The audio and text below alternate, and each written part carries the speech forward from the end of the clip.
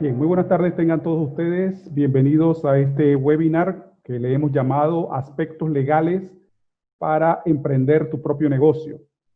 Este seminario que vamos a tener de breve duración, escasamente unos 45 minutos, lo que busca es básicamente hacer un recorrido con el propósito de poder ver cada uno de los hitos más importantes de tipo legal que debemos seguir a la hora de emprender nuestro negocio.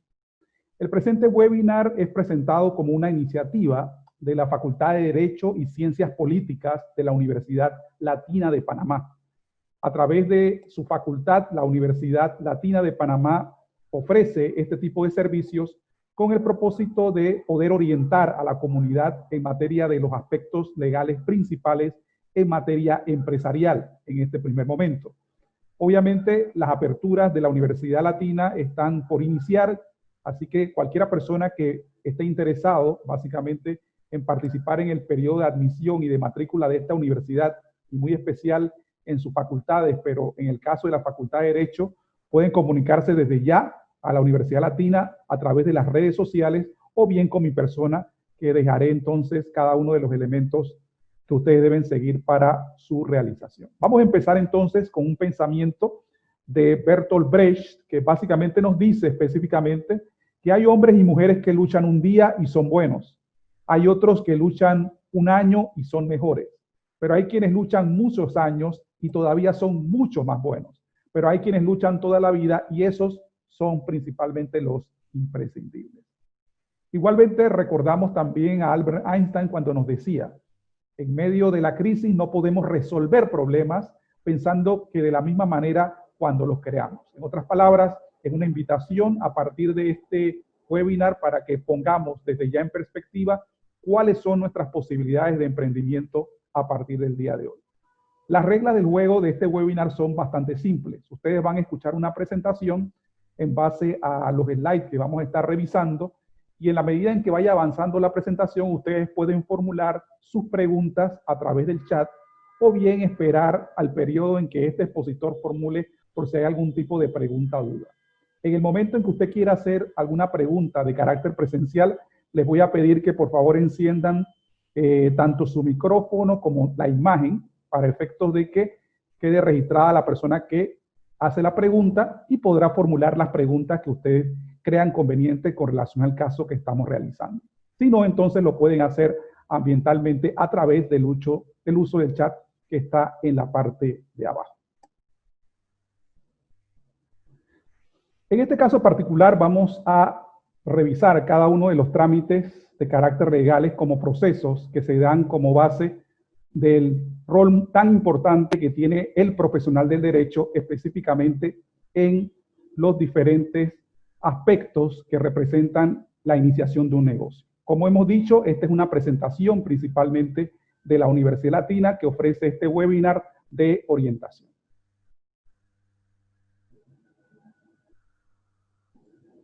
Vamos a ver una cosa aquí.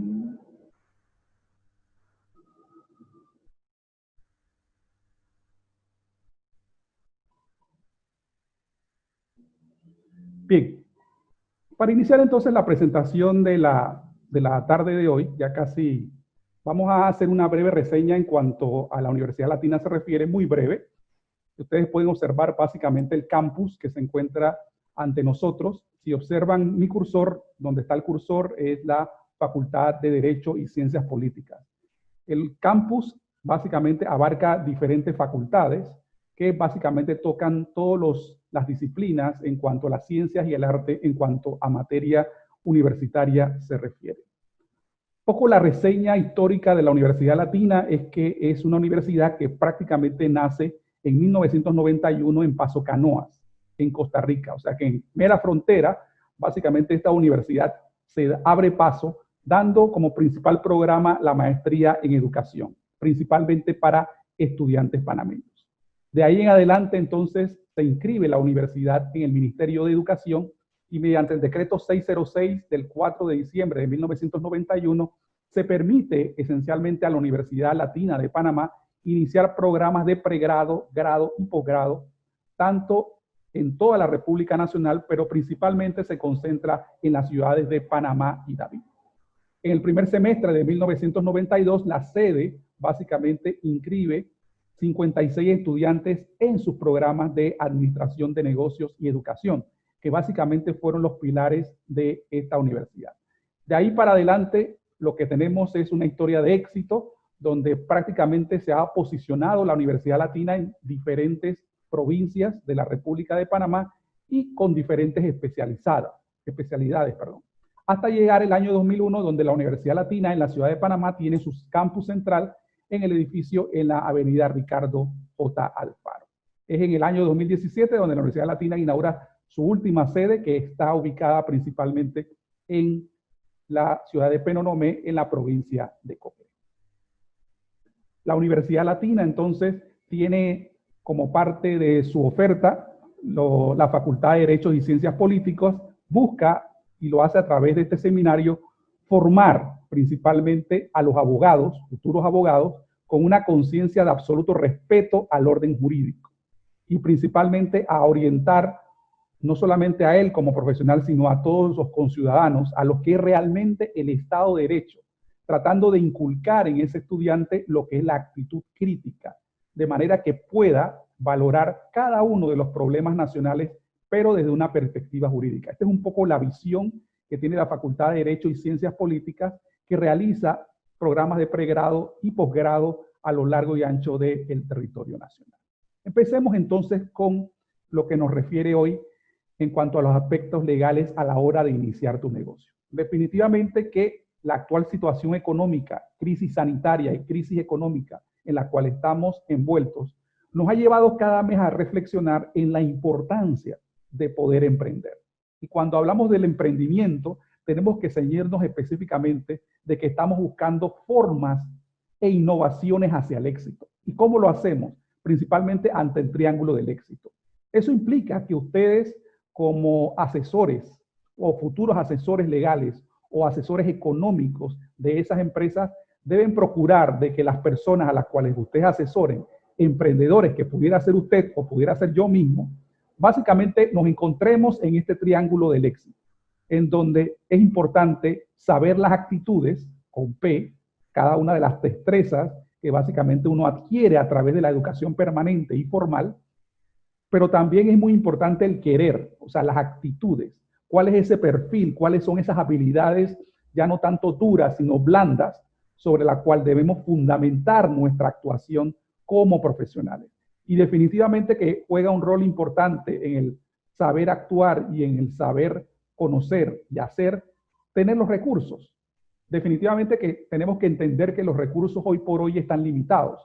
Sin embargo, debemos ser innovadores en poder obtener y asesorar dónde pueden estar los recursos que necesitamos. No solamente hablamos de los recursos económicos, también hablamos de esos recursos materiales, los recursos humanos que necesitaríamos como empresa, como emprendedor en el corto, mediano y largo plazo. El proceso entonces, al iniciar un negocio, empieza con la concepción de la idea. ¿Okay? Ese proceso atraviesa estas tres etapas que principalmente están detallados en lo que es un plan de negocios. Y lo más importante, como siempre se ha indicado, no solamente a nivel del derecho o no únicamente a nivel de las ciencias económicas, es que lo importante, lo medular, es la idea. Y que esa idea no surge solamente acostado en la cama o mirando el horizonte o viendo hacia el mar o hacia los ríos, sino que es una idea que comienza, que explota, que se diseña, pero que también poco a poco se afina esa idea de negocio. Entonces, ahí empieza a surgir una de las grandes preguntas. Creo que puedo hacer esta idea de negocio, pero ¿a quién estaría dirigido ese negocio? ¿Quiénes serían nuestros clientes en su momento dado? Una vez que definimos entonces eso, viene el análisis de la idea en función a las competencias. Recordemos que siempre, cuando voy a empezar un negocio, yo voy a tener dos aliados muy importantes. No solamente los clientes que los voy a tener enfrente, sino a mi lado deben estar los proveedores, que son los que van a formar esa alianza importante a la hora de desarrollar un negocio. Pero importante ver también no solamente mis clientes y mis proveedores, pero también quiénes están en el mercado conmigo. Quienes en su momento dado se convierten también en competidores de la industria que yo quiero formar hoy. Entonces, la evaluación de esa idea se diseña como hemos dicho, se afina y se evalúa la idea de identificar si la oportunidad de negocio es exitosa o no lo es. Entonces, de aquí es donde nace básicamente la importancia de que ese profesional del derecho asesore a sus clientes principales en esos 4 elementos que acabamos de indicar, pero que también pueda llevar a su asesorado, a la persona que está ahora mismo sentada a su lado, a que pueda construir un plan de negocio. ¿Y qué es un plan de negocios? Para los abogados, para los estudiantes de derecho, para los estudiantes de economía o de contabilidad, el plan de negocios específicamente busca principalmente formular una serie de objetivos. Esos objetivos deben llevarte a ti a generar un producto, tal como lo ves en una vitrina, tal como lo ves cuando te prestan un servicio. El producto es básicamente la idea que tú has concebido. De frente vas a tener una gran cantidad de personas, competencias, que van a estar alrededor tuyo. Pero para eso y para iniciar mi proceso, debo tener también como herramientas principales un plan de mercadeo, un plan de ventas y un plan de recursos humanos, que junto a los aspectos legales sobre los cuales vamos a construir juntos el día de hoy, elementos que ya están formalmente definidos, vamos a ir desarrollando lo que es el cascarón, o por decirlo así, la base sobre la cual vamos a ir creando una sociedad, para posteriormente esa sociedad que ya tiene deberes y derechos, entonces potencialmente va a poder adquirir derechos de poder obtener un financiamiento y poder entonces a posteriori pagar ese financiamiento. Una vez que tenemos esos elementos que acabamos de escribir, entonces podemos ir construyendo un plan de negocios. Y entonces cuando ya tenemos la idea, entran principalmente los aspectos legales. Y aquí voy a hacer un alto importante porque definitivamente el profesional del derecho juega un rol o forma parte de ese equipo estratégico, de ese equipo de éxito, que una vez que se acerca al asesorado o al usuario, lo que va a poner en sus manos es una serie de elementos societarios para que él tome una decisión. Y nosotros debemos estar ahí para tratar de acompañar esa decisión.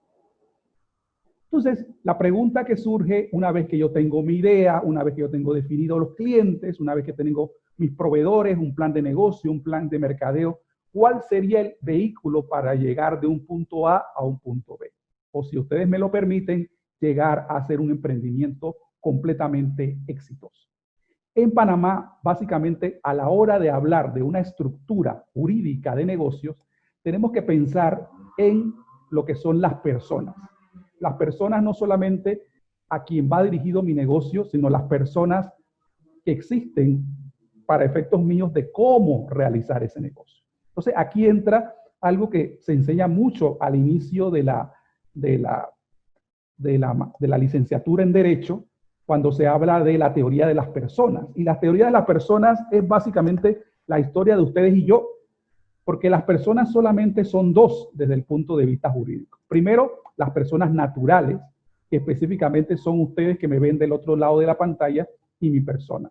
En este caso, el Código Civil de la República de Panamá, en el artículo 34, define lo que es una persona natural, que es una persona física, una persona que nace, crece, se multiplica y muere desde el punto de vista genético.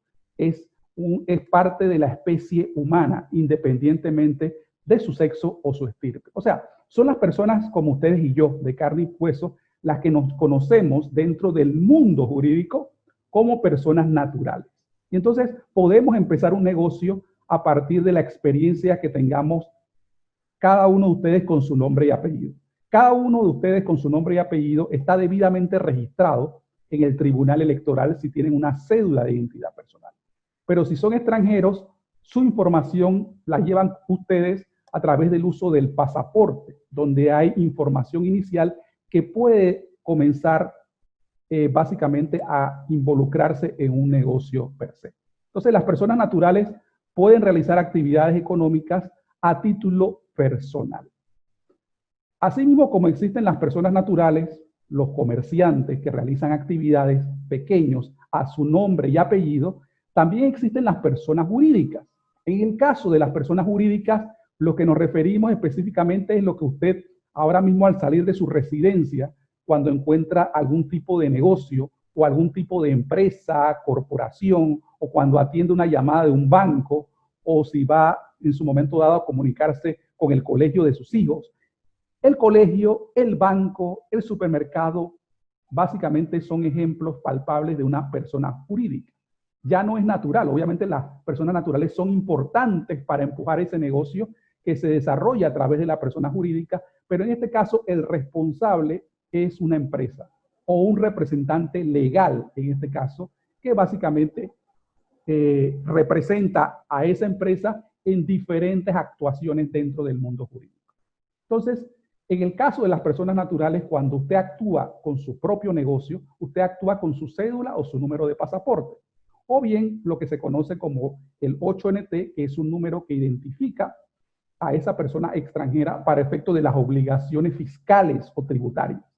Mientras que en el caso de las personas jurídicas, yo necesito inscribirme en un registro público para posteriormente, entonces, se me dé un número de identificación, nazca una persona nueva jurídica con deberes y derechos que podrá realizar de ahí en adelante. Entonces, los negocios podemos conversarlo o podemos iniciarlo a través de esa vía, ya sea a título personal con nombre, apellido y apodo, o ya sea que usted determine una razón social o comercial para el negocio que desea emprender. En este caso particular, vamos a poner un énfasis en la creación de sociedades, en este caso, personas jurídicas. Pero igualmente, si producto de la presentación ustedes quieren ver más cercano el tema de las personas naturales, también podemos irlo viendo y los mencionaré también a lo largo de la misma presentación. En el caso de crear una sociedad, el código comercial de la República de Panamá, que básicamente data desde 1917, ya tenemos más de 100 años con ese código, identifica una serie de sociedades, ¿ok? Sociedades que principalmente se caracterizan por sociedades limitadas y sociedades ilimitadas. ¿Pero qué es eso de limitadas o ilimitadas? Eso tiene que ver con la responsabilidad que se adquiere.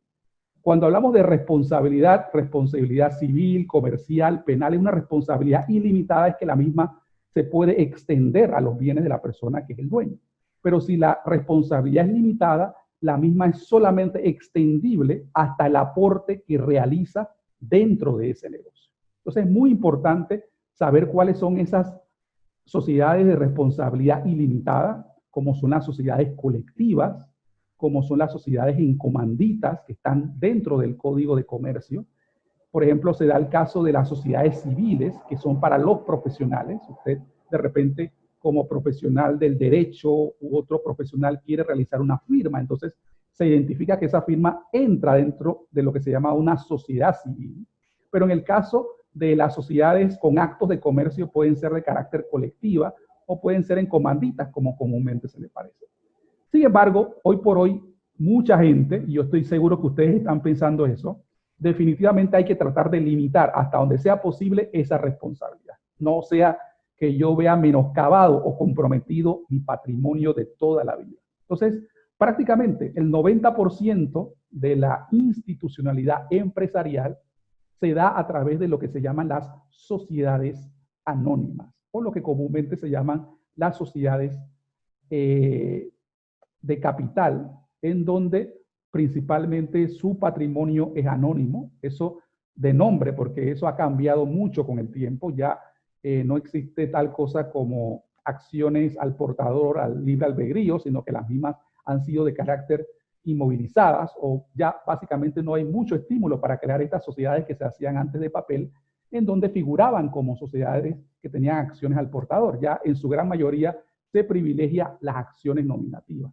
¿Por qué hablo de acciones? Hablo de acciones porque en el caso de las sociedades anónimas vemos principalmente una entidad formada mínimamente por dos suscriptores, ¿ok? Dos personas que en este caso deben disponer de accionistas y también de un consejo de dignatarios, los cuales se encargan de administrar ese negocio. Entonces, en un periodo específico, entre 3 o 5 días, podrá usted crear independientemente o a través del asesor de un abogado, específicamente estas sociedades en donde usted podrá resguardar sus intereses, sus capitales, de carácter personal y evitando sobre todo cualquier tipo de riesgo, porque como hemos dicho, usted básicamente aporta una serie de bienes que son bienes que le corresponden a la sociedad, no son de usted. Y por otro lado, en caso de algún tipo de demanda específicamente, usted responde a ese riesgo en función a lo limitado que usted aportó como parte de ese negocio. Entonces, una vez que yo tengo mi idea, yo puedo contactar a un profesional del derecho para que me diseñe o me estructure lo que se llama un pacto social. Eso usted va a la oficina del abogado o el abogado invítelo a su casa, convérsele del negocio y que ese abogado entonces, en base a la información que usted le dé, le suministre o le dé algún tipo de estructura más oportuna de las que ya hemos mencionado anteriormente para que se desarrolle ese pacto social. Ese pacto social entonces el abogado de turno, en este caso que usted seleccionó como asesor de confianza, una vez que tiene esa estructura de ese pacto social, el mismo es llevado a un notario público. El notario público, que es una de las profesiones más antiguas que datan desde 1904, son personeros que básicamente dan fe pública. Cuando hablamos de fe pública, ellos dejan por constado de que hay una organización, hay una empresa de capitales que se ha formado y una vez que este notario hace la revisión de ese protocolo o de ese pacto social que hace el abogado, posteriormente se inscribe en el registro público. Aquellos que han pasado por el Hospital San Fernando, enfrente está el registro público de la República de Panamá, que como lo dice su nombre, es una entidad para fines públicos donde están específicamente los pactos sociales de todas las empresas registradas e inscritas en la República de Panamá, específicamente en la sección mercantil del registro público. Y ese pacto social, entonces me preguntarán, bueno, pero ¿qué es lo que debe contener? ¿O qué es lo que el abogado básicamente debe recoger información para poner en ese pacto social que llega a un notario público y posteriormente llega al registro público? Por un lado, deberá tener el nombre de la sociedad anónima. Debemos tratar de revisar en el registro del Ministerio de Comercio e Industria de que el nombre comercial o social que le estamos dando a nuestra sociedad no se repita con ningún otro. Posteriormente vamos a tener el nombre y el domicilio de dos suscriptores, que básicamente son los que, como lo dice su nombre, van a suscribir las acciones iniciales. Esos suscriptores pueden mantenerse al inicio del trámite o bien pueden posteriormente separarse para que quede en manos de la persona con quien corresponde. Debo definir claramente lo que es la actividad de la sociedad, ¿no? Para eso hay un catálogo de actividades que son más de 220, que es de uso universal y que básicamente es administrado por la Contraloría General de la República y que permite a usted identificar, bueno, si voy a hacer construcción, entonces será la actividad de construcción. Si va a ser distribución de productos médicos, esa será mi actividad. La idea es que incluso desde el momento en que usted realiza su actividad, lo más probable es que tenga un nicho de negocio. Y el abogado le orientará un poco de qué otras actividades alrededor de ese nicho pueden ser utilizadas o pueden ser ampliadas incluso por ustedes a futuro. Ese pacto social entonces estructurará cómo se hace la distribución del capital. En otras palabras, lo que son las acciones. ¿Qué es el capital o qué es el patrimonio? Son pedazos que pertenecen a 2, 3 o 4 personas que son las que organizan o las que suscriben ese negocio. Entonces, cuando usted hace la reorganización de su capital o de sus acciones, lo que estamos diciendo es que si usted tiene un patrimonio de 100 y tiene 4 socios donde cada uno aporta 25, entonces 25 es la porción del patrimonio de cada uno de esos socios. Eso quiere decir que cada uno debe aportar esos $25 o por lo menos debe suscribirse a que a futuro va a pagar esos 25. Sin embargo, una vez que esa empresa inicia y empieza a tener utilidades y genera utilidades que ojalá pudiera pasar 100 más, entonces así mismo esas utilidades se van a distribuir en función a los 25 que aportaron. Eso quiere decir que a cada individuo no solamente le costará pagar 25, sino también producto de las ganancias posteriores, tendrá entonces derecho a tener 25 producto de esas utilidades. Entonces, ese tipo de acciones deben estar claramente definidos. Igualmente, dentro de ese pacto social, que es un elemento importantísimo, debe estar la duración prevista de la sociedad, si usted tiene alguna fecha de finalización o simplemente actuará en forma perpetua. Y muy importante también son los nombres de los directores. Por lo general, las sociedades tienen una junta de accionistas, que son los dueños originales, que pueden ser personas naturales o personas jurídicas. Y lo más importante, no necesariamente tienen que ser personas naturales o jurídicas de Panamá o panameños. Pueden ser incluso personas naturales o jurídicas extranjeras, o incluso aquellas que ni siquiera han pisado el territorio nacional y que simplemente a través del profesional del derecho se le exige en su momento dado tener esa información en forma efectiva. Igualmente, esa junta de accionistas lo que hace es formular una junta de directores. En este caso se pide que sean 3 directores. En el caso de los accionistas deberían ser mínimamente 2, no puede ser 1. En el caso de los directores serán 3. Los directores, ¿quiénes son? El presidente, el secretario, el tesorero o el vocal de una junta directiva de la sociedad. Incluso los directores podrán repetir y deberán designar, en este caso, 2 cosas. ¿Cuál de los directores va a ejercer la representación legal?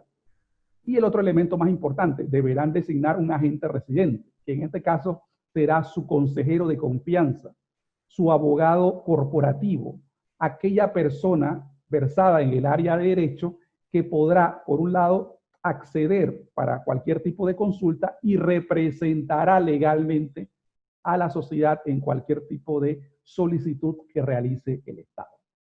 Muy importante como último aspecto el concepto de la territorialidad, o lo que técnicamente se llama el criterio de fuente. En Panamá utilizamos este criterio básicamente para gravar con impuesto a la renta las operaciones que se realizan dentro del territorio nacional. Pero si las operaciones se realizan fuera o tienen como destino el exterior de la República de Panamá, entonces las mismas no son grabadas. Esto lo digo ¿por qué? Porque así mismo como podemos aceptar socios, empresarios, accionistas y dignatarios nacionales o extranjeros, también podemos tener sociedades extranjeras que quieran realizar sus actividades desde Panamá. Y si esas actividades se realizan fuera del territorio nacional, las mismas deben ser inscritas porque nacen como empresas panameñas, con su número de cédula que se llamará su número de RUC. Entonces, es muy importante porque esa es una de las principales aperturas y beneficios que muchos extranjeros ven en el régimen de sociedades anónimas en el caso de la República de Panamá. Acuérdense que las sociedades son como las personas. Ellas nacen, en este caso, cuando las personas como ustedes y yo nacemos, nosotros tenemos una serie de derechos. Trabajamos conjuntamente toda la vida, por los primeros 18 años con nuestros padres o con nuestro tutor.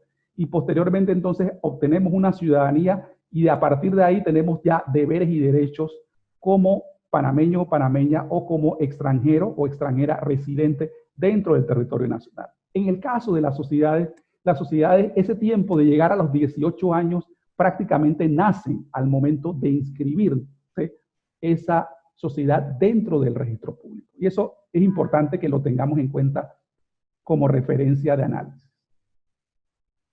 ¿Cuánto pudiera ser el costo de crear una sociedad anónima? En este caso particular, si hablamos en términos ya un poco más cuantitativos, podemos decir que la sociedad que se registra por primera vez deberá pagar todos los años algo que se llama tasa única. Tasa única anual es un tributo que se paga a la Dirección General de Ingresos, principalmente por solo aparecer todos los años, en este caso particular, por solo aparecer en el registro público. ¿Ok? Entonces, a partir del primer año son 250 y a partir del segundo año y adelante serían 300 balboas. Si el capital de inversión de la sociedad es inferior a 10.000, en este caso, se pagan unos 60 balboas al registro público. Acuérdense que lo estábamos considerando como un gasto de inscribirse en el registro público. Obviamente tengo que pagarle al notario, tengo que pagarle al abogado por la gestión que está realizando, pero por la inscripción son 60 balboas. Más todos los costos notariales, que como ya les dije, pueden sumar unos 40 balboas aproximadamente. Y los honorarios del abogado, que va en función a la tarifa que establece la ley de los abogados, y el capital también en su momento dado, a medida que sea mayor, el tope es 10.000 balboas, pero si es mayor, entonces asimismo va a costar la sociedad. Su abogado de confianza le debe indicar principalmente estos costos. Yo creo que Son costos bastante económicos, principalmente puede ser que los honorarios del abogado sean un poquito altos, pero en base a la situación que tienen dentro de su tarifa y son los que aceptablemente la profesión como tal realizan para poder llevar a cabo esta operación. Muy importante, una vez que yo inscribo en el registro público la sociedad, ese pacto social, porque mi siguiente pregunta va a ser, ¿dónde va a ser la ubicación del negocio? Acuérdense que las personas tienen domicilios. Bueno, también las empresas deben tener un lugar donde operan para poder preservar sus activos dentro de un espacio físico. Entonces usted aquí llegará a una conclusión si desea arrendar un local o bien si desea comprar un local. Si usted desea arrendar un local, tiene que saber que en este caso el arrendador debe presentarle un contrato y que para efectos de firmar ese contrato hay que pedir información como la cédula de identidad personal, como la firma del representante legal, como recibos de agua, luz y teléfono, un poco para corroborar la ubicación de las personas si viven aquí en Panamá, si no obviamente se prescinde de esos elementos. Y ese contrato entonces debe ser registrado ante el Ministerio de Vivienda como un local de carácter comercial a la cual usted arrienda o va a pagar un alquiler. En caso de que usted decida comprar un bien inmueble para su empresa, tiene que tomar en cuenta de que también se hace a través de un contrato, se establece una promesa de pago, en este caso de que usted quiere adquirir un bien inmueble y obviamente usted llegará con el honorable vendedor de cuál es el pago que debe realizarlo y la modalidad. Aquí obviamente entra el profesional del derecho con el propósito de ahondar un poco en los detalles de cómo está estructurado el contrato, cómo se va a dar la modalidad de los pagos y sobre todo cómo se va a perfeccionar el mismo contrato para que usted tenga acceso a ese bien en forma ilimitada una vez que se haga el pago correspondiente. Una vez que usted sale de allá del registro público y ya tiene un local ya estructurado donde va a ser el negocio, el siguiente paso tiene que ver con algo que se llama aviso de operación. En otras palabras, y en términos bien sencillos, usted debe obtener una licencia especial del Ministerio de Comercio e Industria que le faculte a usted a tener un establecimiento en la República de Panamá. Ese concepto que anteriormente se conocía como licencia comercial o patente es lo que a partir de la Ley 5 del 2007 se conoce específicamente como aviso de operación. Entonces el aviso de operación básicamente es sencillo de tramitar porque el mismo se tramita a través de la plataforma de Panamá Emprende. Y en Panamá Emprende, una vez que usted inicia a llenar la información del aviso de operación, usted se va a dar cuenta que la información que principalmente se le va a pedir en esa página web del Ministerio de Comercio e Industria va a tener que ver con la razón social, comercial, tiene que ver mucho con la ubicación, por eso que es importante seleccionar la ubicación del domicilio de la empresa antes de abrir el aviso de operación. Y una vez que usted haga ese recorrido que no le va a tomar más de 5 o 6 minutos, entonces usted para poder tener acceso a un documento que es una declaración pública que se llama aviso de operación y que usted va a plastificar o encuadrar para ponerlo en el umbral de esta puerta de su negocio, usted deberá en este caso pagar, si es un aviso de operación como persona natural, 15 balboas al Banco Nacional y en el caso de que sea una persona jurídica será de 55 balboas. El aviso de operación entonces es esa licencia donde usted establece una norma, un instrumento legal que le dice que usted está ubicado para funcionar para todos los fines legales en Panamá. O sea, es como su cédula de establecimiento que usted tiene. Los requisitos básicamente se va a pedir información de carácter escaneada a nivel de Panamá Emprende, porque no se hace desde el punto de vista presencial. Ahí en pantalla vemos los requisitos básicos. En el caso de las personas naturales, obviamente la cédula, el croquis de la localización y la actividad económica son fundamentales. En el caso de las personas jurídicas, obviamente tiene que estar la cédula del representante que, dicho sea de paso, representa esa entidad legal. Obviamente los miembros de la junta directiva deben, a través de un acta, ordenar que se inscriba ese aviso de operación. Debe darse un croquis igual que el anterior de la localización del negocio. E igualmente va a pedir información sobre lo que se llama el registro único del contribuyente. ¿Esto qué quiere decir? Que en el caso particular de las personas naturales, el registro único del contribuyente es su número de cédula. Y en el caso particular del registro único de las personas jurídicas, que se llama así mismo, el mismo sale una vez que se identifica claramente en el pacto social, específicamente en el registro público, que es el quien le da el número de RUC correspondiente. Una vez que usted tiene entonces su aviso de operación, se pueden realizar una serie de actividades en paralelo. Una de ellas, que es muy importante, tiene que ver que una vez que usted tiene ya su escritura pública emergida del registro público y ya tiene su aviso de operación, usted entonces puede tener acceso a una serie de servicios públicos y privados. El primero de los servicios privados importantes es que si vamos a estar facturando o si vamos a estar comprando, es muy importante contar con una cuenta bancaria. Y una vez que usted tiene su aviso de operación, entonces usted ya tiene la posibilidad de aperturar una cuenta bancaria legal o fiscal ante los bancos que va a utilizar. Usted va a seleccionar el banco que usted considera que pudiera ser de mayor ayuda. Usted tiene que evaluar diferentes alternativas, dependiendo de la actividad, cuál podría ser mucho más fiable, no solamente para depositar mis dineros, sino porque ese banquero se va a convertir también en un aliado importante como proveedor financiero de ahí en adelante, ya sea que usted continúe con ese banquero o simplemente no continúe con esa persona. Entonces, ahí van a entrar una serie de requisitos muy importantes que los bancos ya tienen previamente establecidos, como lo son la importancia de los firmantes de las cuentas, los cuales usted va a tener que facilitar, además del aviso de operación, lo que son los números de cédulas o de pasaportes, incluso cartas de referencia de los firmantes, cartas de referencia de las sociedades, especificar mucho más en detalle cuáles son las actividades que va a realizar ese negocio, la dirección del negocio y una serie de trámites muy específicos que los bancos van a pedir. Acuérdense que actualmente vivimos en un mundo donde abrir una cuenta bancaria no es del todo sencillo como lo hacíamos hace 20 años.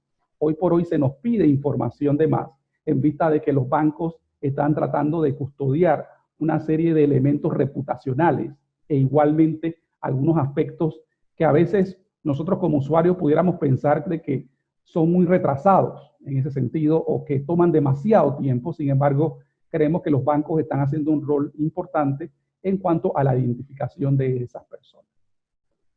Igualmente, asimismo como hubo una inscripción en el registro público, asimismo como hubo una inscripción del aviso de operación y usted tiene ya sus documentos claramente establecidos, también existe una inscripción importante que debemos hacer ante el Ministerio de Economía y Finanzas. O sea que empezamos todos en la oficina del abogado, posteriormente nos trasladamos a una notaría, seguidamente inscribimos en la Vía España, enfrente del San Fernando específicamente, el registro público, y de ahí entonces podemos irnos a nuestra casa para iniciar el proceso del aviso de operación y podemos quedar de nuestra casa también para hacer el trámite de lo que se denomina el registro único del contribuyente, en donde la siguiente parada nos llevará entonces a la Avenida Balboa, a la Dirección General de Ingresos del Ministerio de Economía y Finanzas. A partir de la búsqueda de identificar a nuestro cliente o de crear el RUC, tanto personas naturales como personas jurídicas deben hacer el ejercicio, no solamente las personas jurídicas. Entonces, ¿de qué se trata? De entrar directamente a la página de la DGI, ubicar donde dice DGI en línea, y en DGI en línea va a haber una opción que dice crear una persona natural o una persona jurídica. En el caso de las personas jurídicas, usted va a llenar las generales. ¿Qué son las generales? La identificación inicial de la sociedad, qué actividad realiza, la generalidad de la ubicación, determinar quién es el representante legal, quiénes son los dignatarios de esa sociedad, quién es el representante legal, quién es el apoderado legal, quién es el contador público, además de otros temas relacionados con temas tributarios. En este caso, cuando se inscribe la sociedad, usted debe estar claramente asesorado en cuanto a saber si va a ser contribuyente de dos impuestos nacionales principalmente. Uno, que es el impuesto a las sociedades, comúnmente conocido en Panamá como el impuesto a la renta, la cual, si es una persona jurídica, el Estado se va a quedar con el 25% de sus utilidades. Y en el caso particular, si es una persona natural, aproximadamente entre un 15 o un 20% dependiendo de la tabla como persona natural. Pero también, como usted está obligado a pagar una parte o una porción de sus utilidades, deberá también revisar si usted es o será contribuyente del ITBMS, comúnmente conocido como el 7%, o el impuesto de transferencia de bienes corporales, muebles y prestación de servicio, que es el nombre que aparece consignado en el artículo 1057 del Código Fiscal, y del impuesto a la renta se pueden ceñir al artículo 694 al 762 del Código Fiscal. Estoy dando un poco las referencias para efectos de orientación. ¿Cómo voy a saber si soy contribuyente de ITBMS? Dependiendo de mi proyección de ingresos. Si la misma va a ser de más de 36,000 balboas, entonces voy a ser contribuyente de ITBMS el año siguiente. Si no, entonces simplemente no me reconoceré como contribuyente de ITBMS, esperaré el año, como estamos muchos hoy por hoy, y veremos si realmente se supera ese umbral de los 36,000 balboas. Entonces, es muy importante porque al final del día es tan sencillo como poner un check the box o poner un gancho a nivel de una casilla, pero obviamente eso abarca que debemos entender una relación con un contador o un abogado un poco para entender si debemos en su momento dado ser contribuyente o debemos ponerlo desde ya, porque asimismo hay actividades que están exoneradas de ITBMS y hay actividades que están grabadas con el ITBMS. Y adicionalmente, para cerrar el tema del RUC, una identificación en caso de que haya algún tipo de incentivos o estímulos fiscales que se puedan dar como consecuencia del mismo. Obviamente ahí tenemos que especificar el número del RUC, que básicamente en el caso de las personas naturales se valida con el Tribunal Electoral, y en el caso de las personas jurídicas debemos identificar el RUC, que básicamente es una asociación de dígitos que aparecen ya dentro del registro público que fueron dados a nivel de nuestra escritura pública. Por lo general están en la parte final, en la última hoja se identifica. Igualmente, la DGI nos va a proveer de algo que se llama un DV o dígito verificador, que es un dígito o son 2 dígitos adicionales que se dan al RUC, en donde son para efectos de evitar errores, principalmente en el tecleo de esa información. Otro elemento que usted debe considerar también una vez que tiene RUC y que ya aparece, y prepárese, porque a partir de que usted se inscribe ya como contribuyente de la DGI del Ministerio de Economía y Finanzas, usted a partir de que cumple los 365 días o al cierre de su periodo fiscal, usted debe cumplir con la obligación del impuesto sobre la renta. Y el impuesto sobre la renta, que es un formulario, usted va a diseñarlo en línea a través de un formato electrónico. Usted deberá plasmar en esa declaración de renta cuáles son sus ingresos, costos y gastos, así como sus activos, pasivos y capital. Sobre sus ingresos, costos y gastos, ya les comenté, van a pagar un impuesto a la renta del 25% de la utilidad fiscal, pero adicionalmente usted como persona jurídica también puede ser que decida repartir dividendos. ¿Qué son los dividendos? Una vez que usted tiene ganancia y le paga al Estado, lo que resta va al bolsillo de ustedes o de las personas que aportaron. Entonces, es muy importante porque en la República de Panamá, como en otros países, se paga impuestos no solamente por la distribución de las utilidades de la sociedad, sino también cuando esa sociedad también le distribuye a los socios y dueños, porque obviamente esos son ingresos que reciben los socios y dueños. Comprenderé, como ya varios nos han dicho, y es así, existe una misma fuente que es grabada 2 veces. Eso en cierta manera es correcto, sin embargo, es parte de las obligaciones tributarias. Y adicionalmente, en esa misma declaración de renta, sobre la base de su patrimonio, usted pagará un 2%, que es un impuesto que se denomina aviso de operación, igualito al certificado que habíamos visto inicialmente. Esas son las obligaciones que le vendrán a futuro con relación a inscribirse en la Dirección General de Ingresos. Pero al igual, yo como empresa, además de tener mi razón social y mi razón comercial, puede ser que yo tenga un logo, el cual quiero proteger, o puede ser que yo tenga algún tipo de diseño, alguna invención que igualmente quiero proteger. Entonces, a través de la Ley 64, se instituye lo que se llama el derecho de autor, en caso particular de los derechohabientes de cualquier obra o invención que usted haya tenido en la empresa y usted se decide preservar. Igualmente hay una ley que protege lo que es el logo, lo que son los colores de ese logo, lo que son los diseños o la marca de la misma. Entonces, a través del derecho de marcas, las empresas pueden reservar, en el caso de las marcas, por un periodo de 10 años. En el caso de los derechos de autores, entiendo que son hasta 70 años después que muere el autor correspondiente. O sea que prácticamente es para toda la vida. Pero es muy importante este aspecto del derecho porque usted debe tratar de proteger no solamente su patrimonio que está en su empresa, sino también aquello que lo identifica. Que con el paso de los tiempos, y tienen que preguntarle a cualquier franquicia que puedan ver en las afueras, se convierten en dinero contante y sonante. Y esa marca debe poderse respetar y ese respeto se hace a través de una solicitud ante el Ministerio de Comercios e Industria. Bueno, ya tenemos específicamente nuestro pacto social protocolarizado por un notario, nos vamos al registro público, una vez que salimos del registro público, sacamos nuestro aviso de operación, posteriormente sacamos nuestro registro único del contribuyente, podemos ir cómodamente a nuestro banco a iniciar un proceso para tramitar un nombre de cuenta de banco a nombre de la empresa y hemos quedado entonces en la necesidad de inscribirse para el RUC en la Dirección General de Ingresos y seguidamente una forma de la protección de la marca que se hace ante el Ministerio de Comercio e Industria.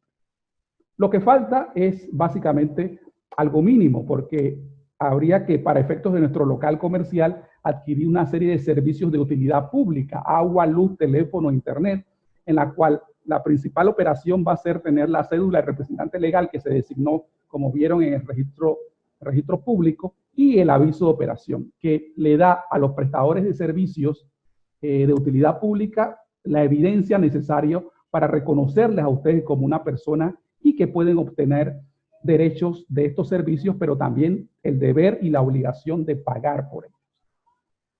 Definitivamente que nos faltan 2 escalones más para llegar prácticamente al final de estos aspectos legales y uno de ellos tiene que ver con el recurso humano. ¿Qué hacemos con el recurso humano? Bueno, en el caso de los recursos humanos pueden ser de 2 tipos. Usted puede prestarle un servicio a una persona, usted puede contratar un servicio esporádico, ocasional de un profesional, que es lo que comúnmente se llama un honorario profesional, que en este caso le asesora, pero ojo, es una persona que no está en el negocio, por decirlo, de planta. Para aquellos que sí van a estar de planta, entonces en este caso existe la codificación del derecho al trabajo a través del Código de Trabajo que especifica que si yo voy a contratar una persona que tenga lo que se llama dependencia económica y subordinación jurídica, en otras palabras, yo le gire instrucciones y que ese sea su principal fuente de trabajo, entonces esa persona, en este caso el emprendedor, deberá hacer un contrato de trabajo con esa persona. Y en ese contrato de trabajo deberá especificar quién es el empleador, quién es el empleado, la jornada, cuántos la paga, dónde va a ser la ubicación del trabajo que debe realizar. Y esos ejemplares de esos contratos de trabajo deben ser sellados, en este caso, en el Ministerio de Trabajo. Obviamente se está haciendo actualmente por el uso de la plataforma. Pero ahí no termina todo, porque esas personas a las cuales yo he contratado, yo voy a pagarle una serie de prestaciones económicas. Voy a pagarles, en este caso, recargos por horas extras. Voy a pagarle un día de descanso semanal, preferencialmente un domingo. Voy a pagarle un descanso anual, que son las vacaciones.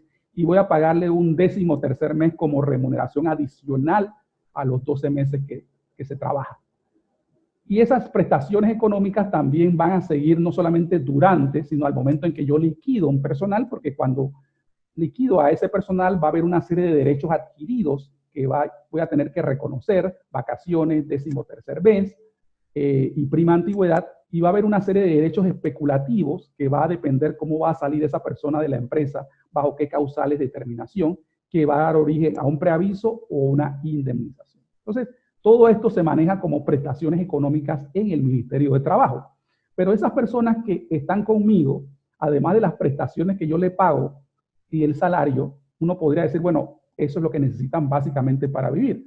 Pero el Estado entonces presta una serie de elementos colaterales, principalmente en lo que se llama la seguridad social.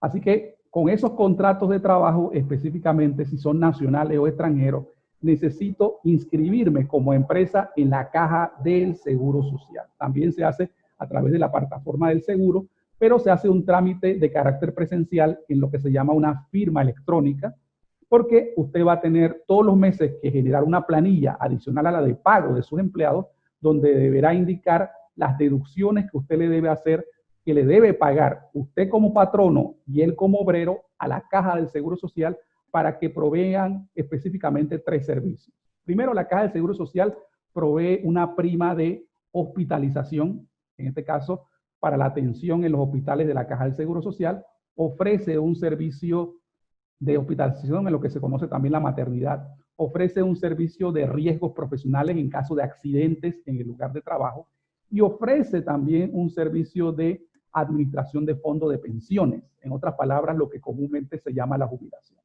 Entonces, todo lo que hemos descrito en cuanto a servicios se paga a través de aportes que realiza el empleado, en este caso cerca del 11%, y en este caso el empleador, en donde a ese 11% básicamente se le agrega un 11-12% y que ambos suman un 22%, que es lo que se paga a la caja del Seguro Social. El empleador coopera con 12.25 y el empleado coopera con 9.75%. Pero adicionalmente, el Seguro Social es una caja receptora de otros impuestos, como es el del seguro educativo y como es el impuesto sobre la renta que se le retiene a los empleados. Entonces, como ustedes ven, hay una serie de requisitos que básicamente se resumen en 2. Primero, hay que inscribir a la empresa, que se llama inscripción patronal, y posteriormente hay que afiliar a los empleados. Y no solamente a los empleados, sino a los dependientes de esos empleados, para poder, en este caso, concluir lo que es el tema de la seguridad social solamente a manera de inscripción. Porque de aquí en adelante, como les dije, hay una serie de planillas que hay que presentar en donde se deje constancia lo que usted esté pagando. Y cerramos finalmente este recorrido con la autoridad de la micro, pequeña y mediana empresa, AMPIME, que fue creada mediante la Ley 8 del año 2000 como una institución que básicamente coordina todo lo que tiene que ver con la micro, pequeña y mediana empresa. ¿De quiénes estamos hablando aquí específicamente?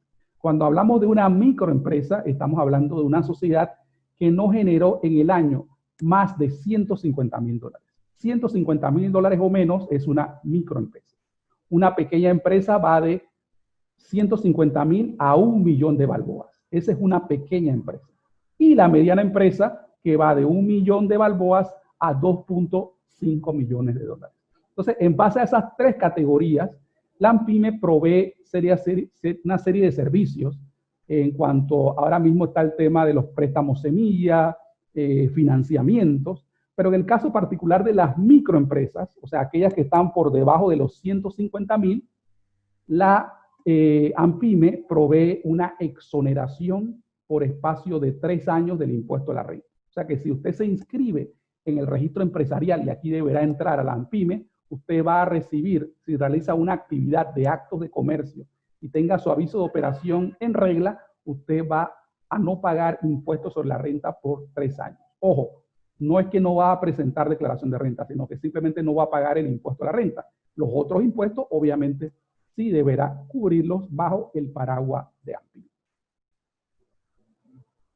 Bien, vamos entonces poco a poco a ir entrando al periodo de preguntas y respuestas. Específicamente, vayan preparándose, si no la inscribieron en WhatsApp, o simplemente piden la palabra y se les da. Antes de empezar con ese periodo de preguntas y respuestas, solamente tengo que decirles que al igual como tenemos un proceso de cómo inician las empresas, también hay un proceso de cómo se cierra definitivamente una empresa.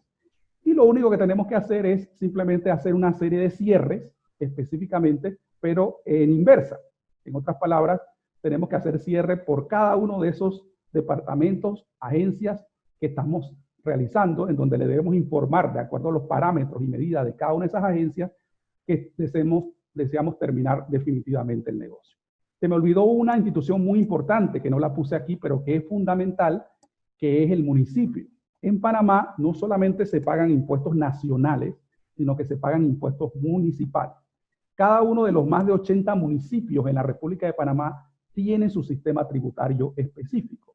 Pero para poder llegar a calcular ese tributo que usted va a tener que pagar municipalmente por los ingresos, por el inventario o la actividad que usted está realizando, usted, una vez que realiza su aviso de operación, permítame informarles que ese clic que usted da en el aviso de operación, automáticamente hace otro clic en su municipio, de acuerdo a la dirección que usted pone ahí y el municipio que especifica, de tal suerte que la información que usted está dando en Panamá Emprende también va a estar a disposición del municipio. Entonces, para completar la información, el municipio pide otros elementos adicionales.